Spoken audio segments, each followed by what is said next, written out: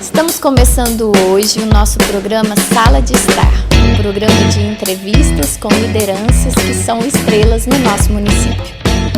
Olá, nós estamos aqui hoje com mais um Sala de Estar com a professora Mônica e trazendo as convidadas Terezinha Richards, professora universitária, minha colega de trabalho, de profissão, e a Virlene, que é técnica de segurança pública.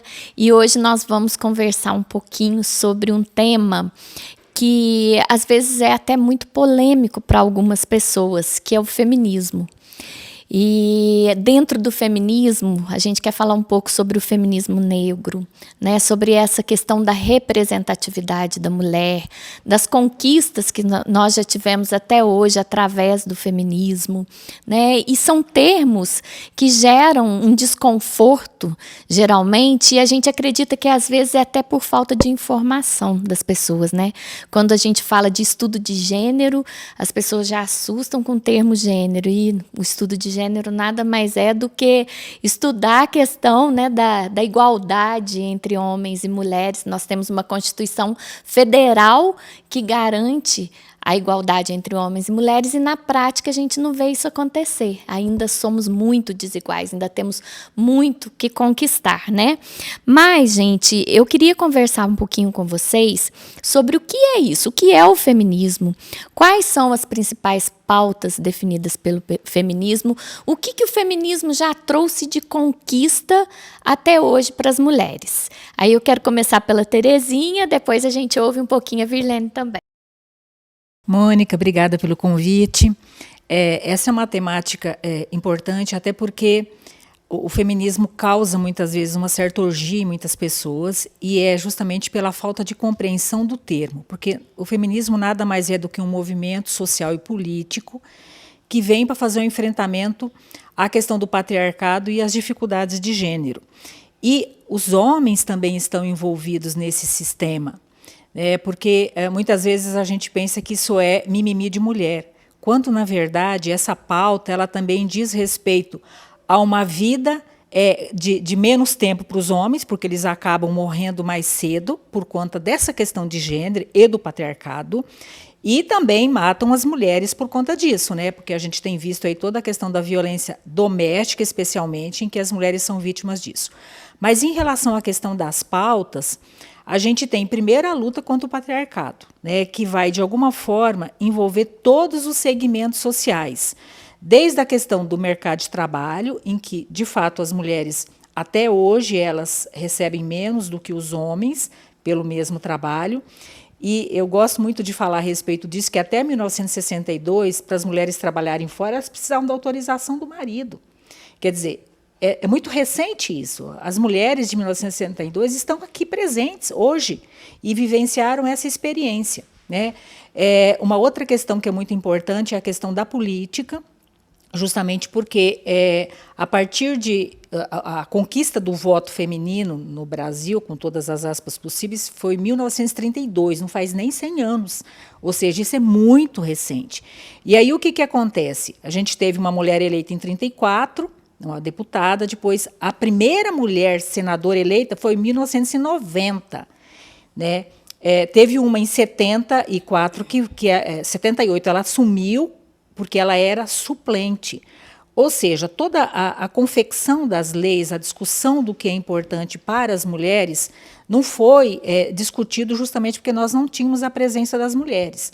Então, a questão da política ela é muito importante porque é lá que as pautas são discutidas, é lá que os projetos são aprovados e depois sancionados para que efetivamente interfiram diretamente na vida das mulheres. Então, eu falei do trabalho, eu falei da política, que é muito importante porque é lá que a gente pensa a legislação. A questão da educação é muito importante, porque é lá que a gente pensa a formação das futuras gerações em termos profissionais, e a gente tem um recorte de gênero muito importante, inclusive, hoje as mulheres estão em maior número já, inclusive no curso superior, mas a gente percebe que mesmo estudando mais, elas ganham menos do que os homens. E aí a questão dos direitos reprodutivos, da mulher pensar o corpo dela, que são pautas que estão sendo colocadas aí pelo movimento feminista. Mas longe de ser alguma coisa que deveria causar arrepio às pessoas, justamente porque elas estão falando da vida cotidiana de todos nós, inclusive dos homens. Terezinha, eu trouxe até alguns exemplares aqui. Eu estou fazendo mestrado, né, em Gestão Pública e Sociedade. A disciplina que eu fiz que trata, né, sobre essa questão de gênero, nós estudamos esses livros, né, a teoria da reprodução social, que é isso, né, a gente vai reproduzindo, né, histórias e vivências, e sem perceber, sem ter um conhecimento mais aprofundado do que realmente são essas conquistas, como elas aconteceram, quem são essas mulheres, né, para nós chegarmos onde chegamos hoje, quem lutou por nós no passado, né? E isso que você fala, né, as legislações estão aí para ser cumpridas, mas elas ainda não são. A desigualdade ainda é muito grande, né? E a gente percebe que nessa divisão do trabalho, por exemplo, divisão sexual e racial do trabalho, a mulher, ela ocupa um lugar na base da pirâmide social. E a mulher negra, a mulher preta, periférica, mais embaixo ainda, né? Quem está no topo é o homem branco, é o homem elitizado, e depois vem o homem negro intercalando com a mulher branca, e as mulheres negras e pretas e periféricas são aquelas que mais sofrem com essas desigualdades. E essas conquistas das feministas e do movimento feminista, que é um ato político, né, que toda a população deveria estar envolvido pela luta pelos seus direitos, vem ao longo dos anos avançando muito, mas ainda tem muito que se conquistar.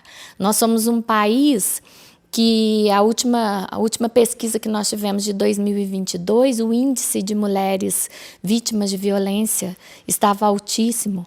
Recentemente, a gente teve uma pesquisa que a cada 6 minutos uma mulher é estuprada no nosso país, e a maioria delas são crianças até 13 anos de idade.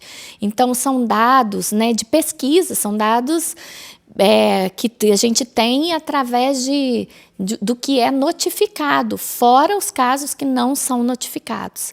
E aí eu queria passar um pouquinho para a Virlene, para ela relatar um pouco dessa experiência dela enquanto mulher preta, as dificuldades, né, que existem ainda, porque nós, mulheres brancas, somos privilegiadas em comparação ao que vocês vivenciam todos os dias, né? Boa tarde, bom dia, não sei ainda. Muito obrigada pelo convite. Pegando um pouco do que a Terezinha falou, nós, mulheres, né, hoje nós estamos, no caso, já estou numa posição hoje que mulheres lá atrás lutaram. Então, hoje eu consigo trabalhar, como você falou no começo, eu sou técnico de segurança do trabalho, que é uma profissão 90% masculinizada. Por quê? Porque a gente trata ali, dia a dia com o peão. Então, eles acham que a mulher, pelo fato dela ser indefesa, que ela não tem essa capacidade de lidar diretamente, de tete a tete com o cara. Tá? Eu lembro que quando eu formei, isso há 10 anos atrás, tinha muitas propostas de emprego lá, a empresa contrata técnico de segurança. Homens. Não necessariamente, porque vai lidar com os homens. Mas por que mulheres não podem lidar com os homens? Né? Até o dia que eu tive uma oportunidade da segurança, mas, porém, era para trabalhar com mulheres. Era uma empresa 100% feminina. Então, aí a gente teve essa oportunidade que eu consegui ingressar no mercado de trabalho, que eu consegui ter tempos de profissão, né? Porque, além de tudo, tem essa história da experiência, né? Mas foi por uma coisa que mulheres lá atrás lutaram, né? Porque a gente, com segurança do trabalho, trabalha com engenharia civil, é obra, é construção, então, assim, é predominante montagem. Trabalhei mais de 10 anos com montagem masculina, era só eu e 300 homens, era eu e 150 homens, sabe? E realmente, se a gente não se colocar ali, não se impor, tanto com a diretoria, que acha pelo fato de você ser mulher, você é incapaz daquilo que você está fazendo, tanto com, digamos assim, com os colaboradores ali. Tipo, peraí, não é porque eu sou mulher que você vai falar comigo da altura que você quer, da forma que você quer, né? E como assim a gente trabalhando, nós mulheres conseguimos atingir esse patamar, eu como mulher preta, né, consegui chegar num local hoje, num trabalho que eu gosto, numa profissão que eu gosto, que me permite fazer coisas que uma outra mulher preta periférica não consegue. Às vezes pela posição, porque eu falo, o preto ele começa a incomodar quando ele está em algum lugar que os brancos acham que são deles. Tipo, se eu trabalho lá, eu sou periférica, trabalho num barzinho lá perto de casa e só vai pessoas da periferia, eu não incomodo. Então a vaga é minha. Tá? Mas aí se eu começo a trabalhar em locais que eu tenho que lidar ali tete a tete com o branco já se acha que é melhor, fala assim, quem que é ela para falar comigo? Tá? O preto começa a incomodar quando ele se permite, né, devido a muito trabalho, ele se permite estar no lugar que o branco acha que é dele. Se você chegar num boteco de periferia, você não incomoda, é muito difícil você ver racismo, né, ou então sexualismo, ou racismo em barzinhos de periferia. Porque lá é o nosso lugar, eles acham que lá é o nosso lugar. O racismo com o preto começa quando a gente começa a frequentar lugares melhores, de posições melhores, um restaurante um pouco mais caro, uma loja mais cara. Porque o branco fala, o que ela está fazendo aqui? Por que ela está aqui? É ali que vem. O racismo vem do incômodo que o branco se sente de estar no mesmo lugar que o preto. Tipo, meu filho vai estudar na mesma sala daquela preta, por isso que eles são contra a cota. Entendeu? Ah, são 50 vagas para um. Então, seu filho branco não perdeu para a pretinha. Ele perdeu para os outros 50 brancos, então ele também estava concorrendo tete a tete. Entendeu? É essa parte que começa a incomodar muito da gente estar em certos lugares que eles acham que não é para gente. É muito interessante e importante a gente fazer esse debate, né, Virlene? Porque você olha a mulher, de uma forma geral, como aquela responsável pelos cuidados. A gente pode observar que as mulheres sempre ocupam esses espaços dos cuidados. É a professora, é a enfermeira, é a cuidadora. Se alguém adoece em casa, quem vai cuidar é a mulher. Quem cuida dos filhos é a mulher. Quem cuida dos pais idosos quando adoecem é a mulher, né? E isso é uma construção social. Nem sempre foi assim, né? Isso foi construído socialmente. E nesse lugar dos cuidados, quando a mulher conquista, através do feminismo, como a Terezinha citou, o mercado de trabalho, é a mulher preta que vai para a casa da mulher branca assumir o papel doméstico que ela deixa de fazer para ir para o mercado de trabalho, né? Então, essa mulher preta, e não é vergonha nenhuma você ser uma trabalhadora doméstica. O problema é você não ver a mulher preta em outro lugar que não seja no trabalho doméstico, que não seja num barzinho, num bairro periférico, como você está dizendo, né? É esse olhar da sociedade diferenciado para as mulheres e, em especial, para as mulheres pretas, né? E aí, sobre isso, eu queria conversar um pouquinho com vocês, queria que a Terezinha destacasse para a gente, né? Porque ela é uma especialista nessa área, já foi professora sua, né, Virlene? Que ela destacasse para a gente as conquistas desse movimento feminista ao longo dos anos, né? Porque a mulher não tinha CPF, não podia ter nem propriedade, não podia estudar, não podia votar, não podia se candidatar. Então, foram muitas as conquistas. Eu queria que a Terezinha falasse um pouco sobre isso para a gente. É contraditório, né? Porque aquilo que é conquista, ainda hoje é alguma coisa amarrada, que deveria ser melhor. Então, nós falamos da educação, né? E a mulher ela vai começar a frequentar os bancos escolares no século XVIII. Antes ela não ia para a escola, né? Então, é recente a entrada na universidade, bem lá no final do século XVIII mesmo, para as mulheres brancas e ricas, né? A questão do mercado de trabalho, ela vai também começar a crescer, especialmente depois da Segunda Guerra Mundial, mesmo que houvessem outras mulheres que já trabalhavam antes, especialmente na educação fundamental, né, para as crianças, em que você vê esse papel tão bem presente, né, que eles perceberam que era um papel que não era bem desempenhado pelos homens, eles não tinham jeito e ganhavam muito pouco. Então, foi feminilizado a questão do trabalho na educação. Então, a gente tem até essa questão até hoje. A maioria das professoras do ensino infantil fundamental são mulheres, né? Depois, a gente vai ter a luta pelo direito ao voto. Primeiro, de ser eleitora, né? De ser considerada como eleitora, para votar. Então, em 1932, a gente conquista esse direito e depois, aos poucos, as mulheres vão se candidatando. Então, essas pautas, né, elas são pautas que foram conquistas, mas, ao mesmo tempo, continuam sendo desafios. Então, a gente tem ainda, como a Virlene falou, a questão da divisão social do trabalho, presente, em alguns setores as mulheres não entram, é uma pauta que tem que ser trazida para o debate. Na política, a gente ainda tem uma subrepresentação menos de 20% em todos os cargos, né? 16 para vereadora, 17 para deputada federal, 18 para senadora, ou seja, 52% de eleitoras e só isso de mulheres eleitas. Então, mesmo tendo sido uma conquista, ainda é uma luta. A gente tem que continuar lutando para que as mulheres tenham muito mais espaço. A questão da violência doméstica é uma pauta gritante, porque a mulher saiu, foi para o mercado, está estudando, mas ela continua sofrendo violência dentro de casa, né? E apesar da legislação, com Lei Maria da Penha, com a questão do feminicídio ter sido, de alguma forma, uma discussão bem recente, a gente continua perdendo mulheres, né, dentro de casa. Então, são lutas que precisam continuar. Então, é tanto na educação, no trabalho, na política, né, o direito a decidir se quer ou não quer ter filhos, né? Muitas mulheres não querem ter filhos. Então, essa imposição social dos papéis, eles têm que ser discutidos, então continuam sendo pautas.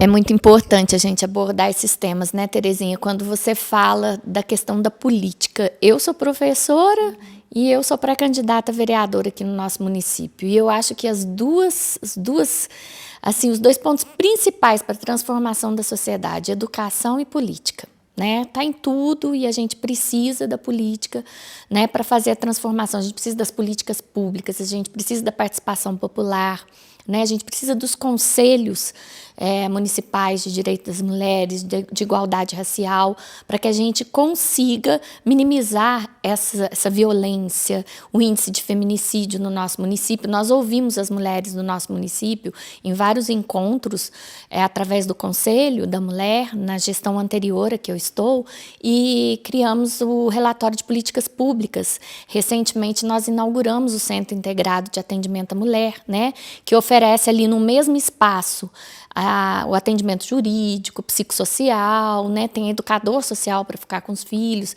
tem a delegacia da mulher funcionando, e o índice de violência no nosso município é alto e muitas vezes não é registrado, né? Nós não temos registro de tudo, porque é tão burocrático e as mulheres passam por vários setores que elas desistem.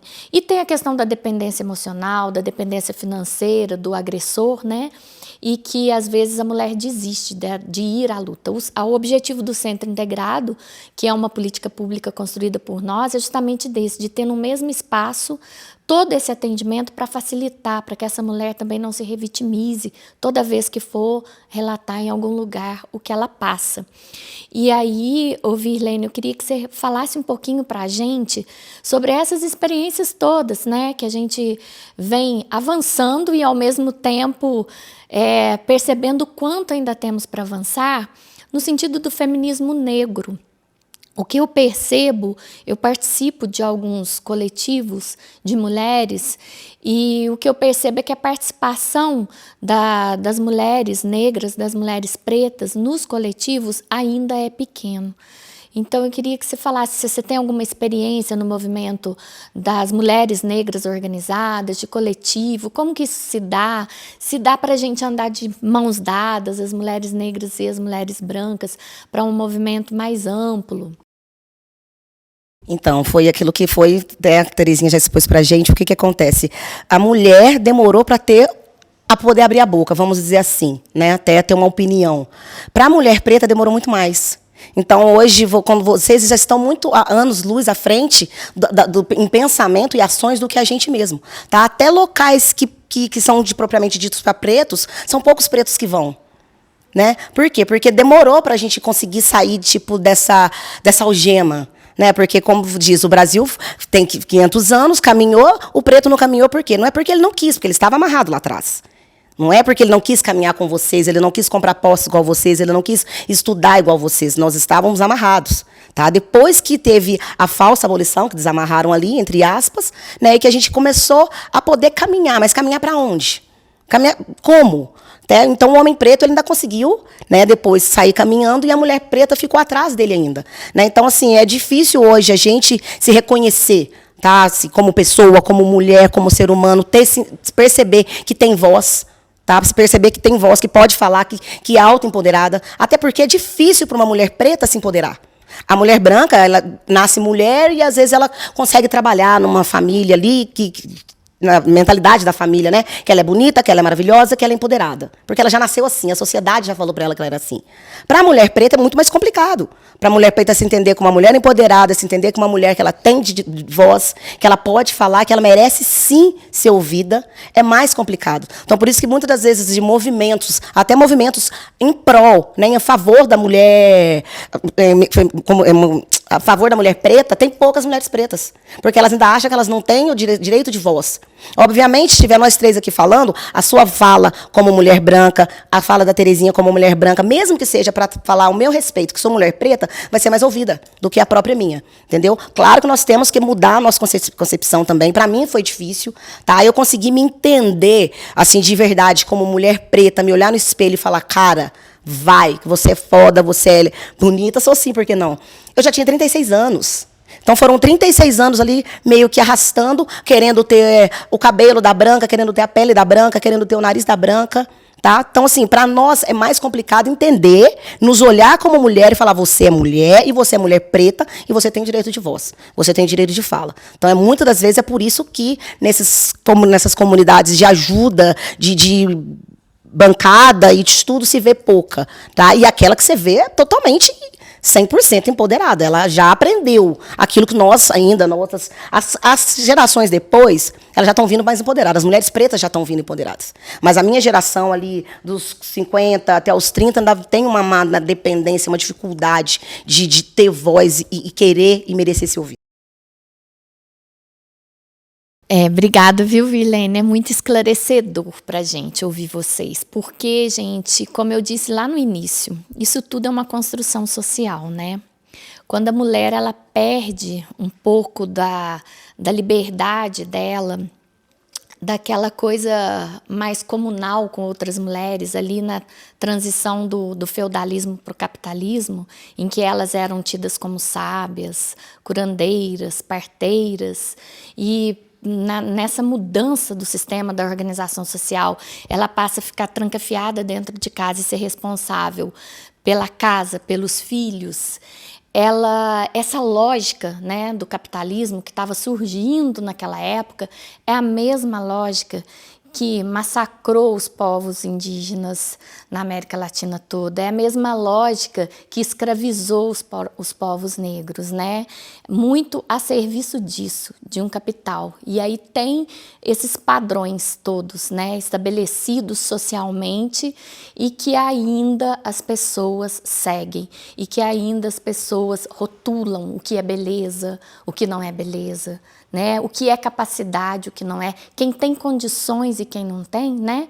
de dialogar, quem tem condições e quem tem capacidade mesmo de entrar numa universidade, né? Isso é uma construção social, não é para ser assim, nós somos todos iguais nas nossas diferenças, né? Nós temos os mesmos direitos, a Constituição nos garante isso.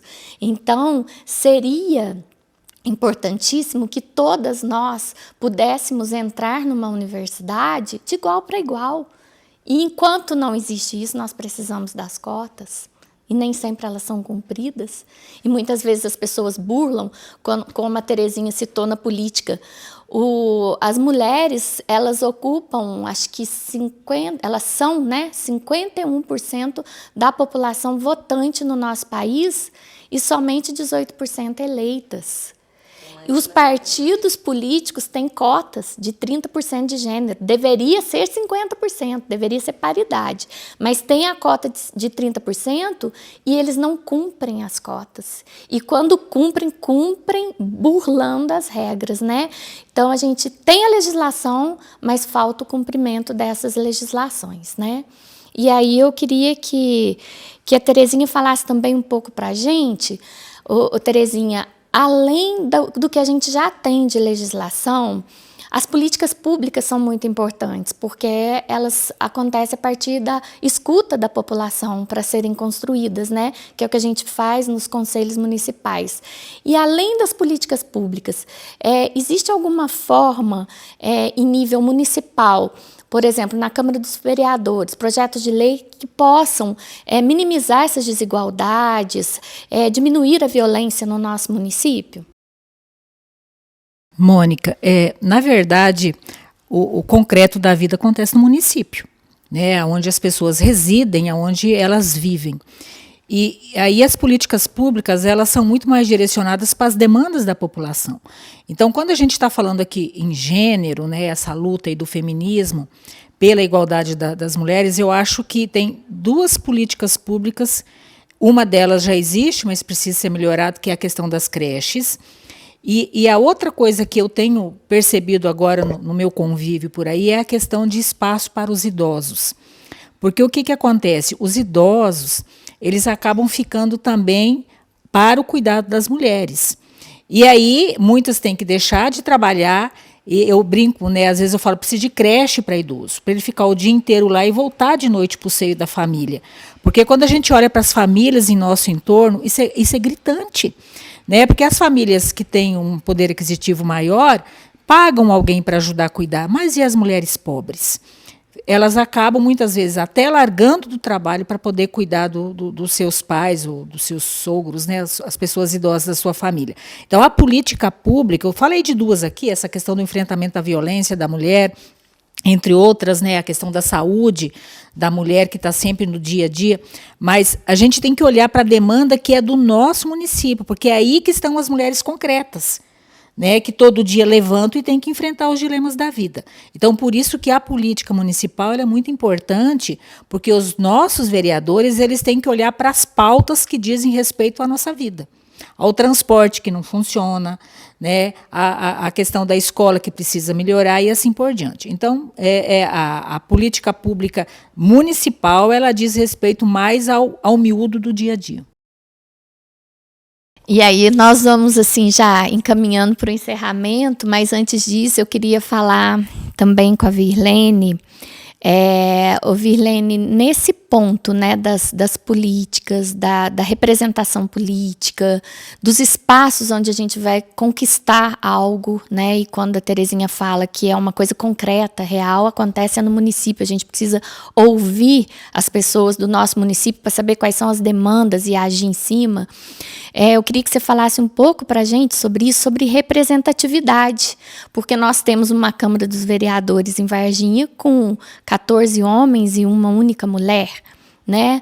Enquanto nós não ocuparmos esses espaços, nós não vamos avançar muito, porque o homem ele vive numa situação de privilégio e jamais vai querer perder essa situação de privilégio para elaborar uma lei ou aprovar uma lei que vai favorecer a mulher e tirar o privilégio dele. Então, se puder falar um pouquinho para a gente ir encerrando sobre essa questão da representatividade, tá joia?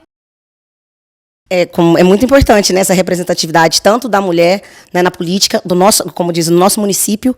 Não adianta óbvio, eu querer votar numa presidenta a mulher, e dentro do meu estado, do meu município, eu não tenho nenhuma vereadora que está ali, que vai me ouvir, que tem as sessões na Câmara, que às vezes eu posso olhar ali tete a tete com ela e solicitar algumas coisas. Né? É muito importante a gente rever, a gente pensar muito bem, né, nos que estão ali como pré-candidatos, nos que estão realmente candidatando, se é uma mulher, se é representante da mulher, porque não basta só o seu sexo feminino, né? Porque às vezes é uma pessoa que é o sexo feminino, né? Gênero feminino, desculpa ali falar, acabei de aprender, mas que às vezes não é ativa ali nos assuntos que vão ajudar as mulheres. Tá? Não é só escolher o sexo ali na hora de votar, mas você ter a sabedoria de eleger uma candidata que realmente vai estar nos falando em nosso nome. Como você mesmo disse, um homem vai ser mais complicado dele lançar alguma, né, aprovar alguma lei que vai dar o benefício para a mulher. Ele vai entender que aquilo é um tiro no pé. Ele vai entender como um tiro no pé. Tipo, dando poder para outra pessoa usar contra mim.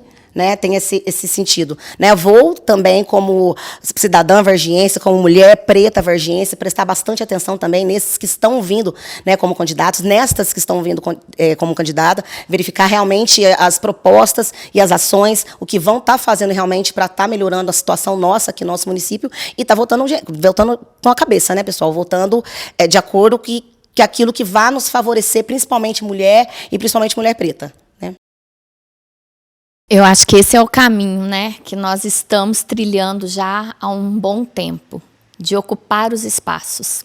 Ocupar os espaços no mercado de trabalho, ocupar os espaços decisórios na política, porque nós precisamos de mulheres brancas, precisamos de mulheres pretas ocupando os espaços, porque nós somos capazes. Né? Nós não precisamos estar nesse lugar somente dos cuidados. É importantíssimo a gente abordar essa questão porque da representatividade, né? Porque é o que nós estamos trilhando já há um longo tempo, a mulher ocupando os espaços. Nós trabalhamos para isso, para que as mulheres se emancipem, para que as mulheres sejam mais livres e felizes e ocupem espaços, os espaços decisórios, os espaços de poder, os cargos de chefia e que sejam remuneradas como os homens são, porque não basta você chegar no espaço, mas você tem que ter a remuneração igual ao do homem, né? A nossa Constituição garante isso, eu repito sempre. Nossa Constituição precisa ser cumprida. E os espaços decisórios, os espaços políticos, nós precisamos ter representatividade de mulheres brancas, de mulheres pretas, porque só assim nós iremos avançar, né? Então eu quero agradecer muito a presença de vocês, Terezinha, Virlene, nessa nossa sala de estar de hoje. Muito obrigada.